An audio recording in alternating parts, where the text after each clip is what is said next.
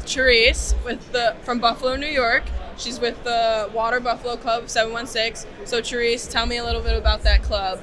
So I started about 4 or 5 years ago with a good friend from high school, totally on a whim. I love Fred Flinstone, which, by the way, his birthday is today. Oh my God. I don't know how old he'd be. But so I love Fred Flintstone. When we went to the first playoff game, I wanted something unusual and different to wear to the game. I found a crazy hat online. I bought a sticker, popped it on there for her and I, put a big Fred Flintstone sign up, and everybody was like, oh, we need our picture with you. And then fast forward the following year, everybody wanted those hats. And then the following year, I'm like, I have to create like good quality.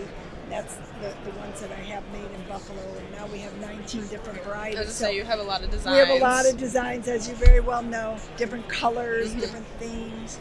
So that's how it kind of came to be, and then our tailgate have just taken off ever since. Yep. So, speaking of Fred Flintstone, Mac Hollins last year dressed up as Fred Flintstone and wore one of your hats arriving to one of the games. And then Eric Jones ended up doing a snow sculpture, for that. I don't know how I was going to... It was...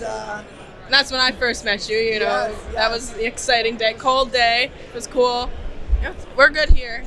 He was, you know what? I knew Mac. I didn't know him, but I knew Mac. And I'm like, I have to get him a hat. I know he's going to love this hat.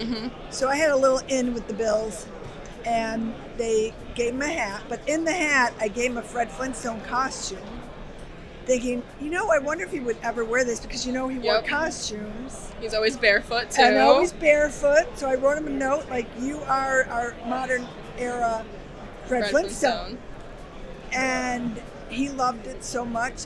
We were at the tailgate party, and my phone all of a sudden went ding, ding, ding, ding, ding, ding, ding.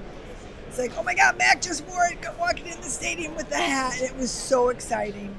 And then I said, you know what, we need to do the snow sculpture. Yep. And his whole family came over. Yeah. And since then, I've been communicating with his mom and his mom and his wife, who actually, they're here. Yep. So I might be seeing them soon too. But so that was fun. So, I mean, there's always something fun that we like to do. That was one of the things. I was saying, unfortunately, Mac is no longer with the Bills. I know. But what do you think, about him being in the Super Bowl this year with the Patriots? I'm happy for him. I can't tell you I'm cheering for the Patriots. Yeah. If they end up winning the Super Bowl, I'll cheer for him. Yep. That's it. Yep. I'll be happy for him and his family. But I want the Hawks. Yep. Go Seahawks. And then one final question. What does it mean to you to be the fan of the year for the Buffalo Bills? It is such an honor. There's so many people that would be worthy of this award.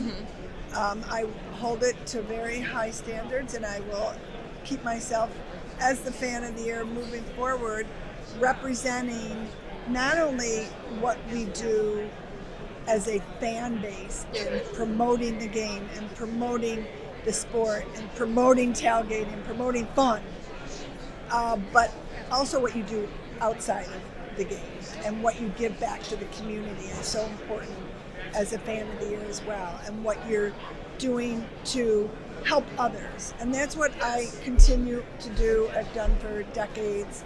I like to help other people, such as the women at Stitch Buffalo, such as the Gear for Good campaign I started to collect old Bills gear and donate it to different charities. So, I mean, the list goes on, but it's really in my heart to give back to Buffalo and the community. And we're all in this together, and that's what makes Buffalo and the Buffalo Bills Mafia so great. I say definitely a good choice for Bills Mafia to represent here. Thank you. I appreciate that very much.